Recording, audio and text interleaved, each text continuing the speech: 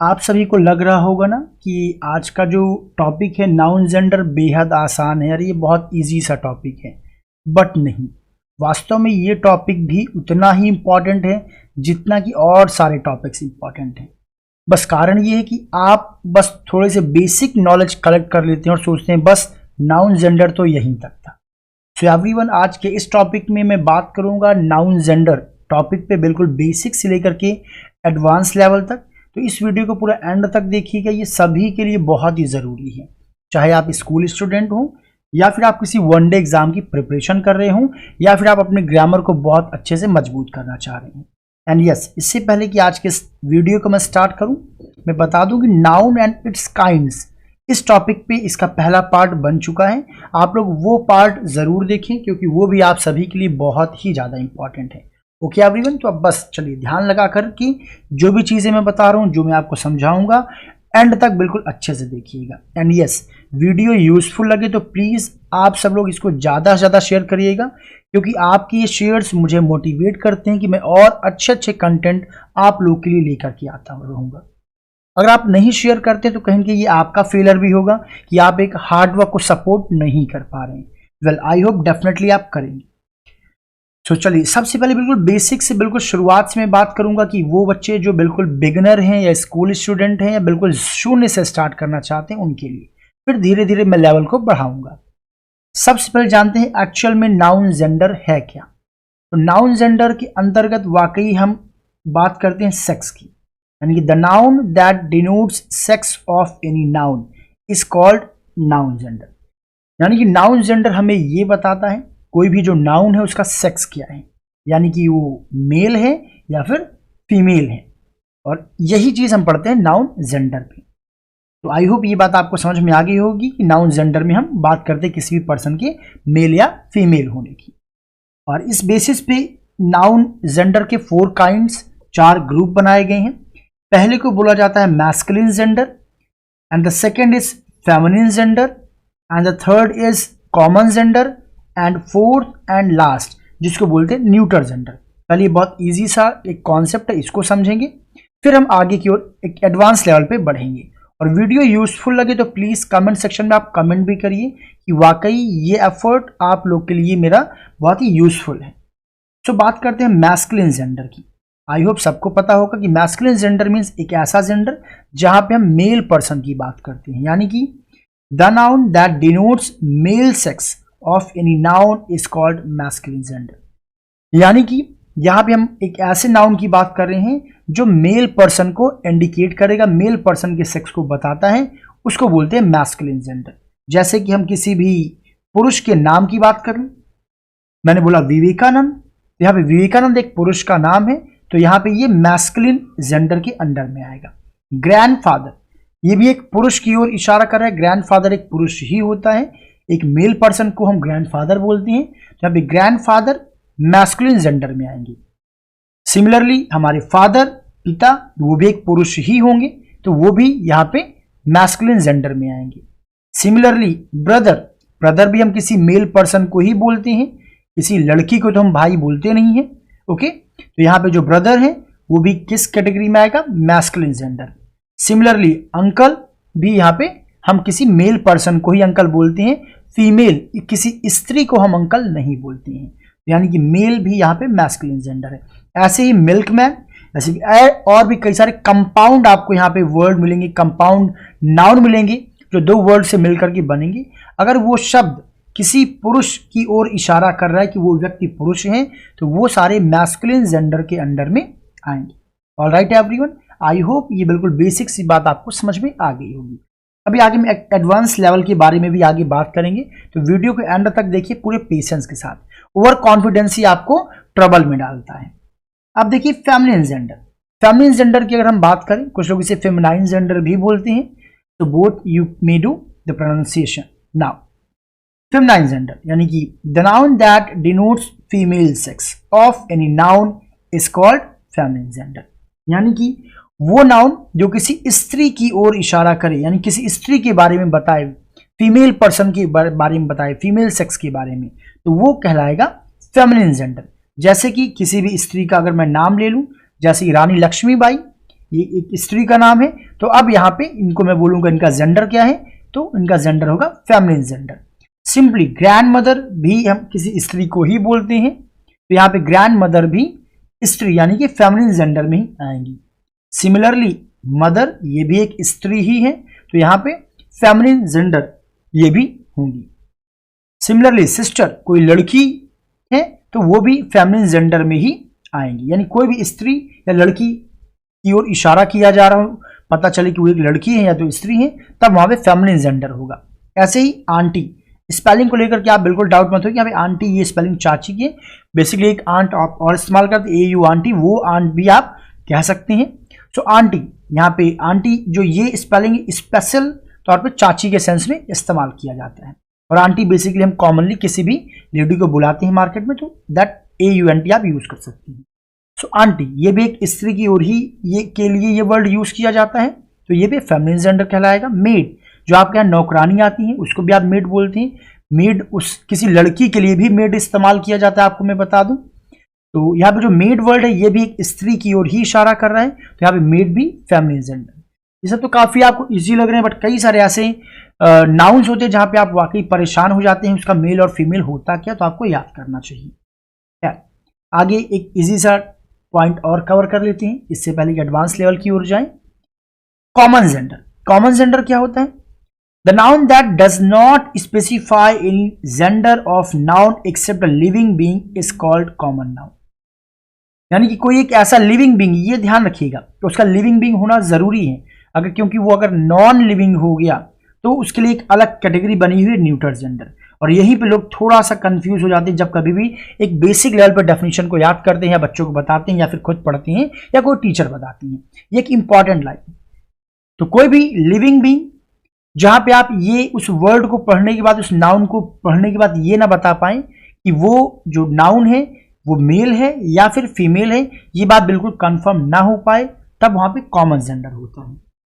जैसे कि मैं बोलूं डॉक्टर, तो देखिए डॉक्टर केवल बोलने से यहाँ पे पता ही नहीं चल पा रहा है कि वो जो डॉक्टर जिनकी मैं जिक्र कर रहा हूं वो मेल है या फिर फीमेल है, तो यहाँ पे doctor will be there in common gender. Similarly teacher, teacher शब्द भी यहां से हमें कुछ भी नहीं पता चल पा रहा है कि वो टीचर मेल है या फिर फीमेल है।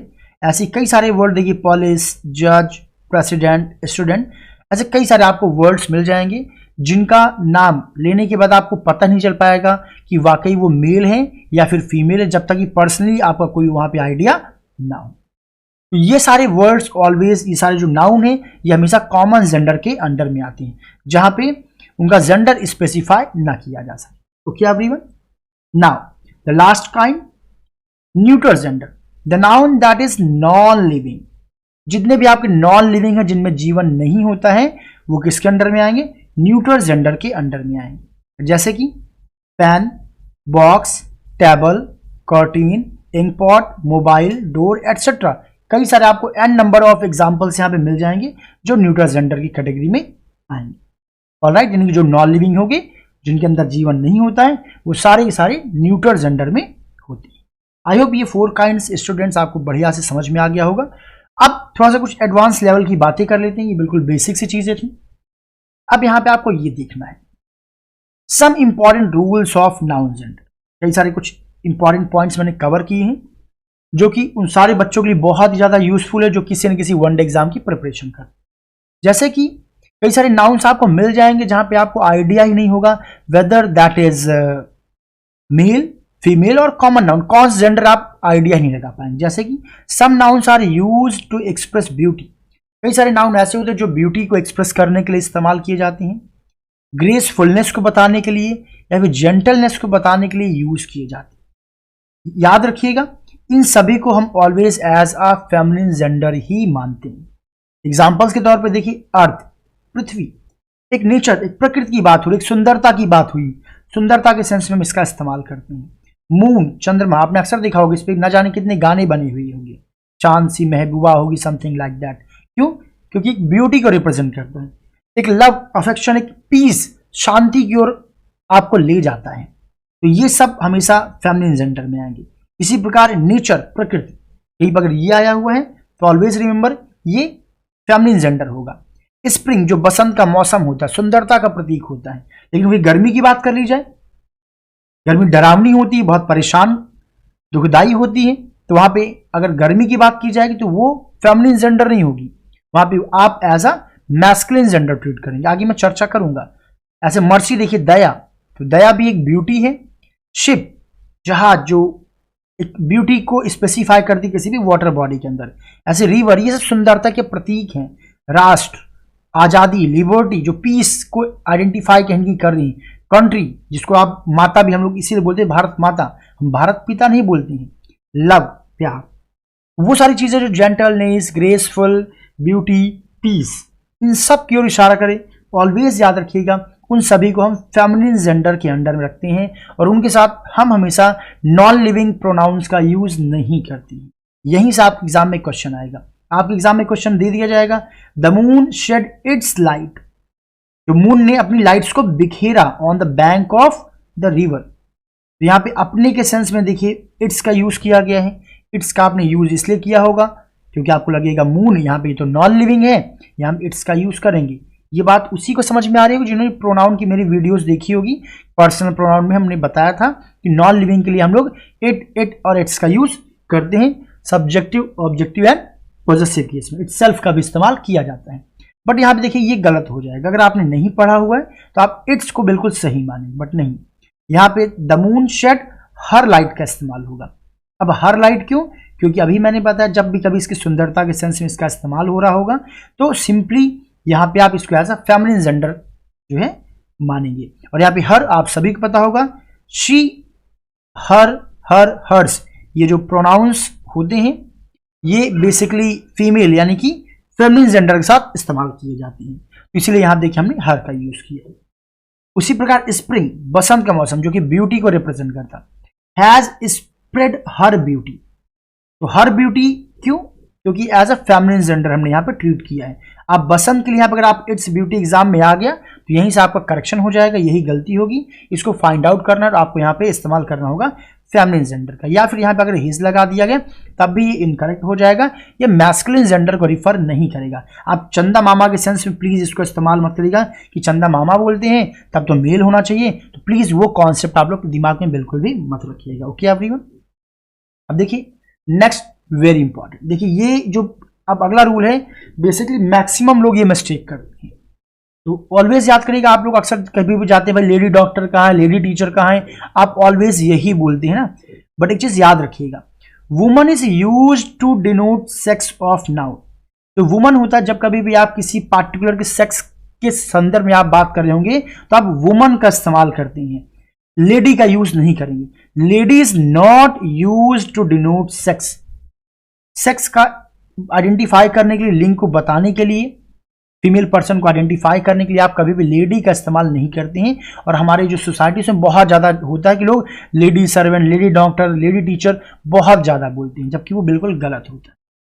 वास्तव में देखिए करेक्ट जो कंपाउंड वर्ड यहाँ बनेगा that will B woman doctor या फिर वुमन सर्वेंट, अगर वो फीमेल है तब। ओके, पता चला कोई मेल है तो उसको आप वुमन नहीं बोलेंगे, ठीक है, आप उसको मैन सर्वेंट बोलेंगे।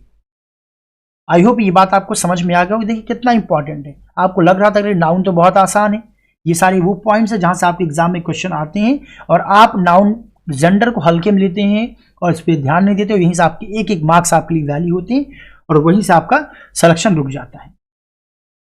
तो जैसे कि मैंने यहां देखिए लिखा हुआ है, a lady teacher has come to teach you. अब आपको लगेगा अरे यहां तो कोई भी मिस्टेक नहीं है, लेडी टीचर फीमेल के लिए यूज किया गया, has come to teach you, but नहीं, यहाँ पे मिस्टेक आपका क्या हुआ है, that instead of lady we are to use here woman. हमें क्या यूज करना है, वुमन यूज करना है, क्योंकि जेंडर को बताने के लिए हम वुमन का यूज करते हैं ना कि लेडी का। चलिए कुछ जरा यहाँ पे मैंने एक और लिखा हुआ है।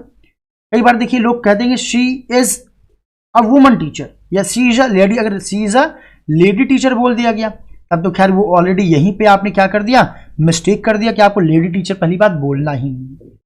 तो लेडी हटा करके मान लीजिए आपने क्या बोला, she is a woman teacher. अब आपने जब ऑलरेडी ये शी लगाया हुआ है, शी से पता चल रहा है कि जिस टीचर की आप बात कर रहे हैं वो टीचर वास्तव में एक फीमेल है, वो एक स्त्री है। तो दोबारा स्त्री को प्रिफर करने के लिए आप अगर यहाँ पे वुमन लगाते हैं तो ये यहाँ पे मिस्टेक हो जाएगा। ओके एवरीवन, आई होप ये बात आपको समझ में आ गई होगी। तो यहाँ पे she is a woman teacher नहीं बोलना है, सिंपली हमें बोलना होगा शी इज अ टीचर, क्योंकि हमने अगर यहाँ पे शी प्रोनाउन यूज किया है तो ये ऑलरेडी ये इस बात की ओर इशारा कर रहा है कि जो जिस टीचर की आप बात कर रहे हैं वो एक female teacher. I hope everyone समझ में आ रहा होगा। चलिए, एंड प्लीज वीडियो यूजफुल लगे then don't forget to hit that like button, thumbs up तो बनता ही है। ये बहुत सारे इंपॉर्टेंट रूल्स मैं आप लोगों को फिल्टर करके इकट्ठा करके एक प्लेटफॉर्म पे लाया हूं कि आप बढ़िया से हर एक टॉपिक को अच्छे से प्रिपेयर कर पाएं।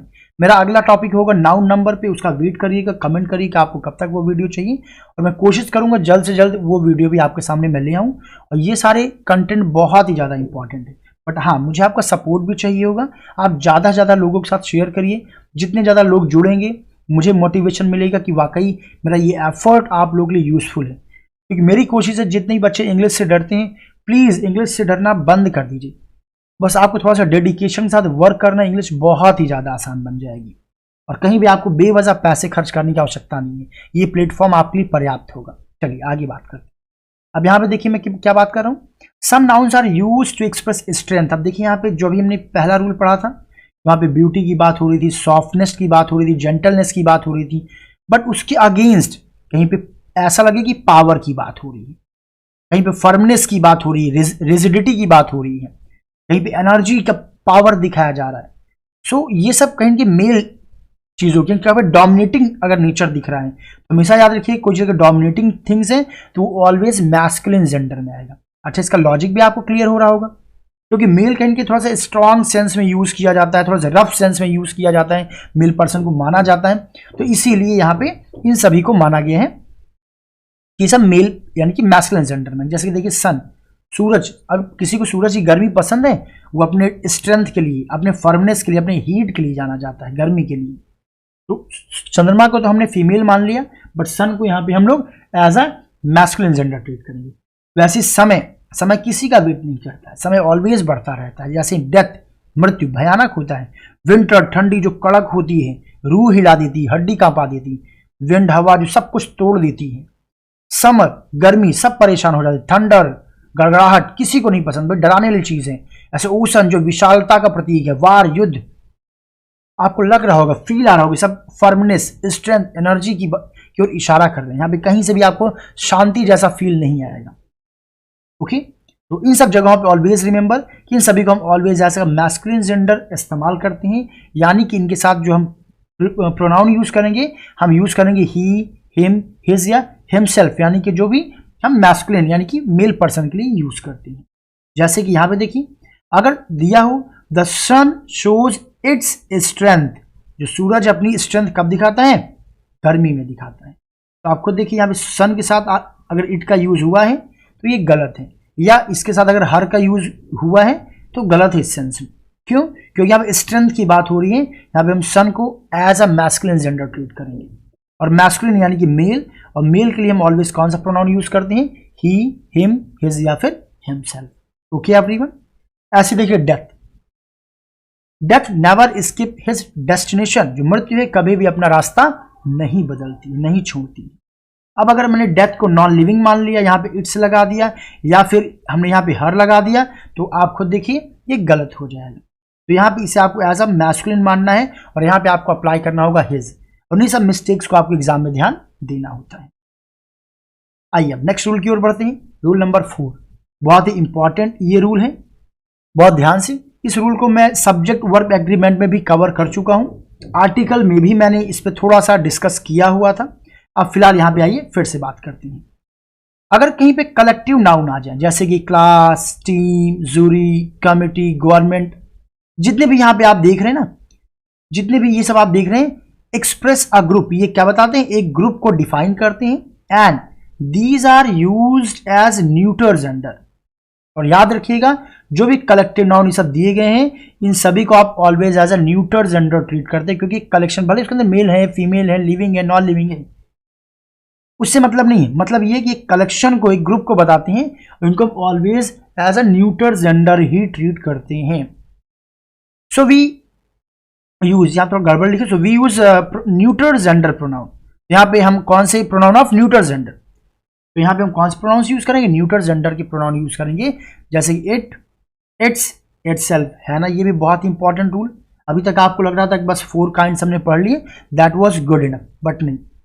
अब जैसे कि हमें जूरी देखिए, जूरी क्या होता है, जो जजेस का जो ग्रुप होता है उसे बोलते हैं। So the jury will announce its, यहाँ पे आप मिस्टेक क्या कर सकते हैं कि आपको लगेगा भाई जूरी मतलब प्लूरल, तो आप शायद यहाँ पे देयर भी लगा दें, बट ये गलत हो जाएगा। या यहाँ पे आप हिज लगा दें, गलत हो जाएगा। यहाँ पे आप हर लगा देंगे, बिल्कुल गलत हो जाएगा, क्योंकि जूरी एक कलेक्टिव नाउन है। तो यहाँ पे हम यूज करने वाले हैं इट्स डिसीजन, यानी कि नॉन लिविंग, यानी कि न्यूटर के तरीके यहाँ पे हम तो इसको यूज करेंगे।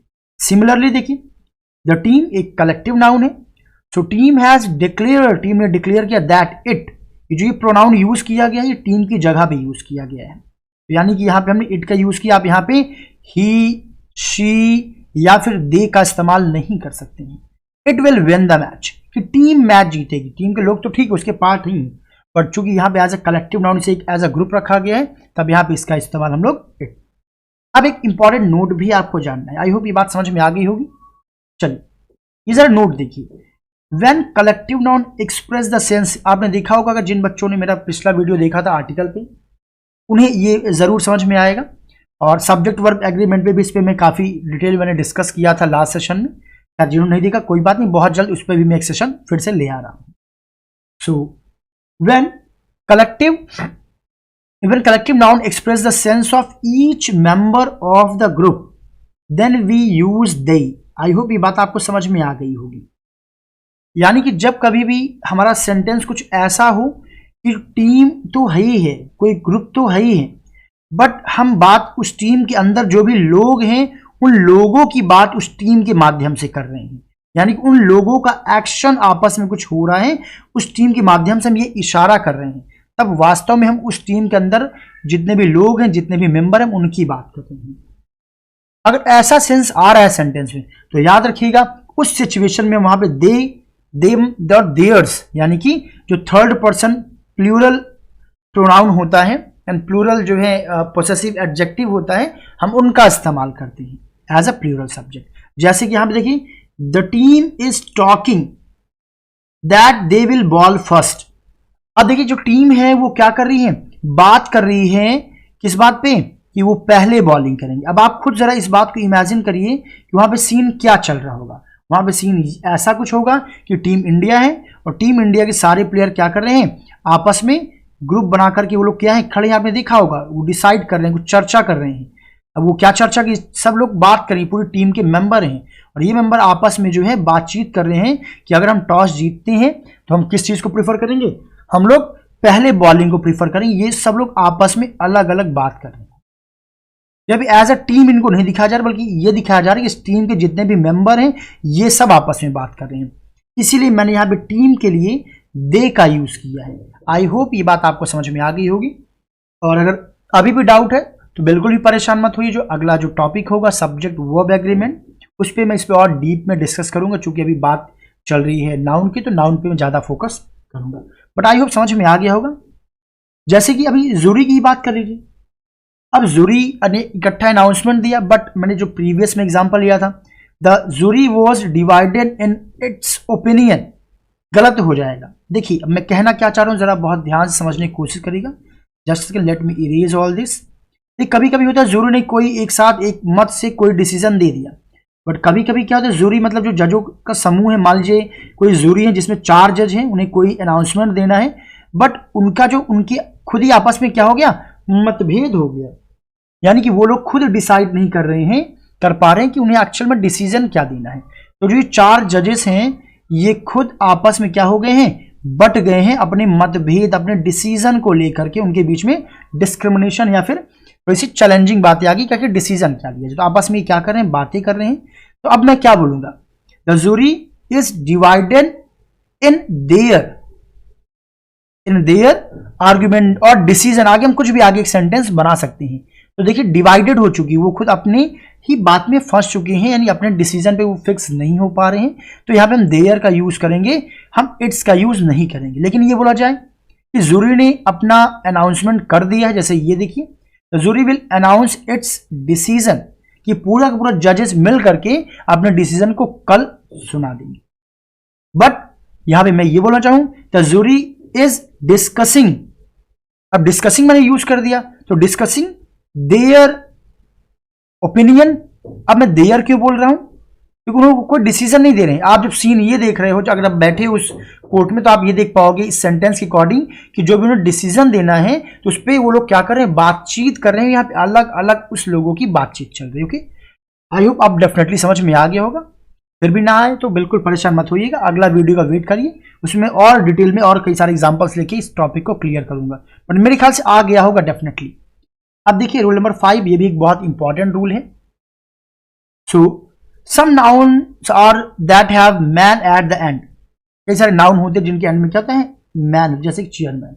मैंने ये गलती कई लोगों को करते हुए सुना है, कई टीचर्स को मैंने बोलते हुए सुना जो कि गलत बोलती है। We replace man with person to make feminine gender of the noun. तो याद रखिएगा, अगर मैं यहाँ पे चेयरमैन की वजह चेयर पर्सन बोलता हूँ, कई लोगों को मैंने अपने मैनेजर को, वो मेल पर्सन है पर मैंने उनको चेयर पर्सन लिखते हुए या बोलते हुए देखा है।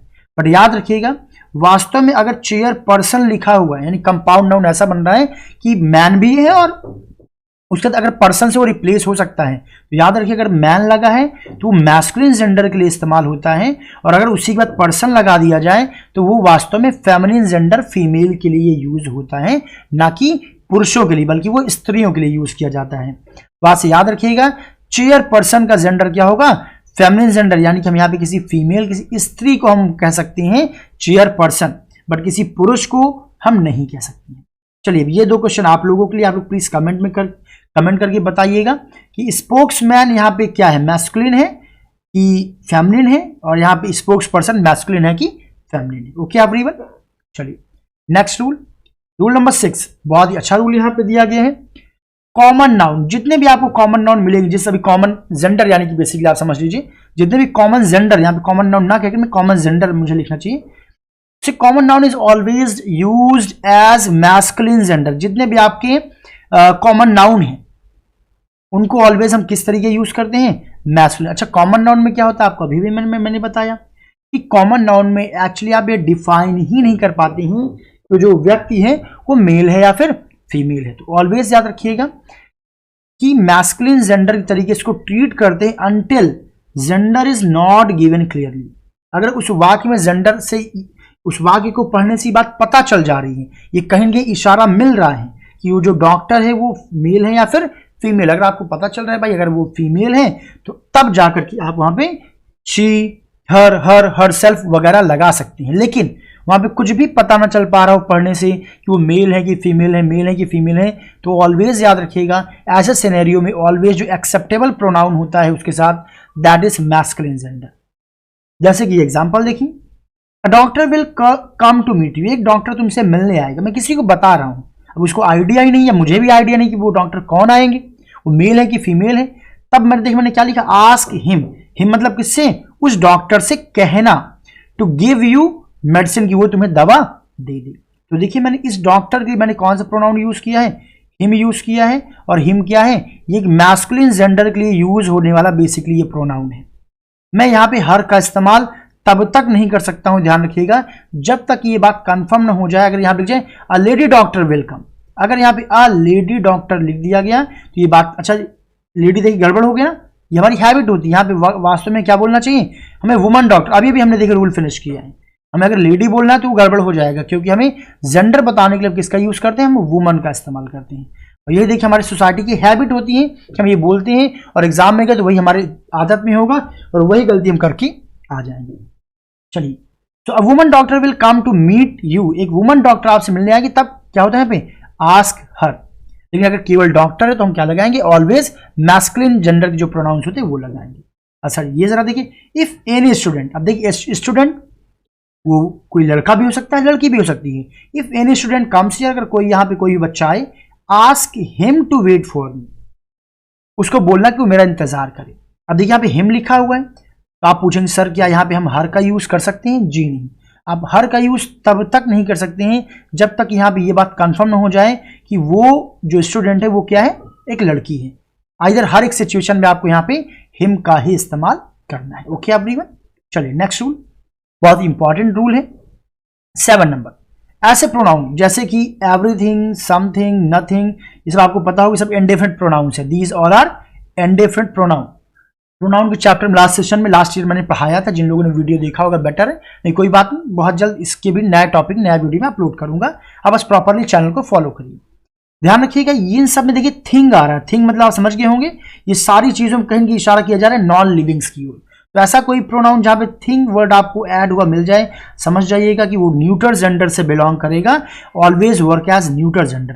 और जब वो न्यूट्रल जेंडर होगा तो आप समझ गए होंगे इसके साथ जो आप प्रोनाउन यूज करेंगे that will be it, its और इटसेल्फ, कुछ और का इस्तेमाल आप नहीं करेंगे। जैसे कि everything is there on its place, सब कुछ अपनी जगह पर है। मैं यहाँ पे हिज नहीं लगा सकता हूं कि आप पुराना वाला कॉन्सेप्ट यूज करें।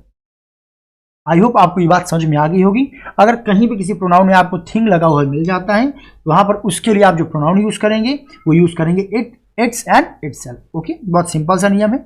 आगे बट कुछ प्रोनाउन देखिए ऐसे हैं, डिस्ट्रीब्यूटिव प्रोनाउन और एडजेक्टिव, जो आगे वर्ड्स दिए गए ईच, एवरी, आइदर, नाइदर, ये सब स्टूडेंट्स एज अ प्रोनाउंस भी यूज होते हैं, एज एडजेक्टिव भी यूज होते हैं।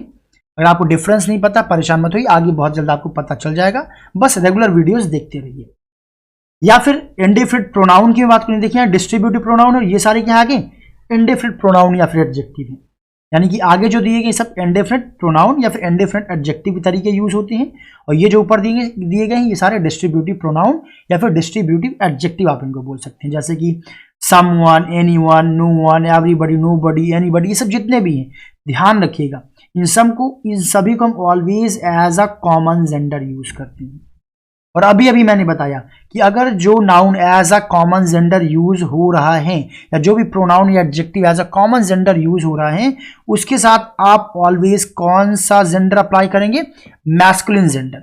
और तब तक जब तक जेंडर पता ना चल जाए, ये सब वर्ड्स आ सकते हैं और हो सकता है यहाँ पे आने के बाद ये आइडिया लग जाए यहाँ पे लड़कियों की बात हो रही है। जैसे कि ईच गर्ल्स मैंने बोल दिया, पहला वर्ड यहाँ पे क्या है ईच गर्ल्स, ईच तो आया है बट यहाँ पे गर्ल्स आ गया, तो ईच जो यहाँ पे एडजेक्टिव है ये यहाँ पे as a feminine gender treat होने लग जाएगा। बट उस वर्ड को पढ़ने से पता ही नहीं चल पाए वहां पे मेल या फीमेल किसकी बात चल रही है, तो उस सिनेरियो में आप ऑलवेज ही, हिम या फिर हिमसेल्फ का इस्तेमाल करते हैं, यानी कि as a masculine gender treat करेंगे। कब तक, जब तक जेंडर आपका स्पेसिफाई नहीं है, पता नहीं चल पा रहा है। जैसे कि देखिए every citizen should do his duty, तो यहां पर देखिए कि सिटीजन है तो यहां पे पता नहीं चल पा रहा है कि आप मेल की बात कर रहे हैं कि फीमेल की बात कर रहे हैं। खैर चूंकि कॉमन है तो यहां दोनों हो सकते हैं, बट मुझे यहाँ पे केवल और केवल हिज ही लगाना होगा, यहाँ पे आप हर नहीं लगा सकते हैं। कुछ लोग शायद ये बोले कि सर आप तो सभी की बात कर रहे हैं, तो प्लूरल होगा, यहाँ पे देयर का यूज होगा, तो जी नहीं बेटा याद रखिएगा ये सब always as a singular treat किए जाते हैं। प्रोनाउन टॉपिक में मैं अच्छे से कवर करूंगा, यहाँ पे आप देयर यूज नहीं करेंगे, आप इसे as a singular subject treat करेंगे। यहां जरा देखिए ईच ऑफ अस, हम में से सभी, तो ईच को आप प्लूरल प्लीज यहां मत मान लीजिएगा। जितने भी यहाँ पे आपको सारे प्रोनाउन दिए गए हैं ऑलवेज एज अ, चाहे एडजेक्टिव हो चाहे एज अ प्रोनाउन ट्रीट हो, इनके साथ सिंगुलर जो है प्रोनाउंस ही आते हैं, इतना बस फिलहाल के लिए आप समझ लीजिए। ओके, सबमिटेड हिज प्रोजेक्ट, तो अस में भाई हो सकता है कि उस क्लास में कोई बच्चे बोल रहे हो कि सर हम में से सभी ने प्रोजेक्ट सबमिट कर दिया है, तो पता चला कि क्लास में लड़कियां भी थी, तो आपको सर ये तो लड़कियों के साथ बिल्कुल गलत हो रहा है, यहाँ पे हर का इस्तेमाल भी हम करेंगे, भाई हम फेमिनिज्म पे बिलीव करते हैं, प्लीज ऐसा मत करिएगा, नहीं तो आपके एग्जाम में मार्क्स कट हो जाएंगे। वास्तव में यहाँ पे आप मेल जो प्रोनाउंस होंगे यानी कि मैस्कुलिन जेंडर के जो प्रोनाउन होंगे आप उन्हीं का इस्तेमाल करें।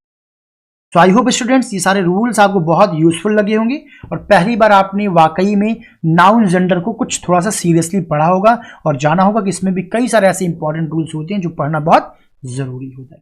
चलिए वीडियो अगर अच्छी लगी तो please don't forget to hit that like button and maximum जितना पॉसिबल हो पाए अधिक से अधिक बच्चों को आप अपने साथ जोड़िए, क्योंकि जितने ज्यादा लोग जुड़ेंगे मुझे अच्छा लगेगा और मैं मेहनत करूंगा और अच्छे अच्छे रूल्स आपके लिए मैं ढूंढ करके कई सारे बुक से ले आऊंगा, समझाऊंगा और आपको बताऊंगा, आपकी अच्छे से मैं प्रिपरेशन करवाऊंगा। एंड यस, कमेंट जरूर करिए कि वाकई ये एफर्ट कैसा लग रहा है। That connect I with you all. Well, thank you so much everyone, see you soon with the next video.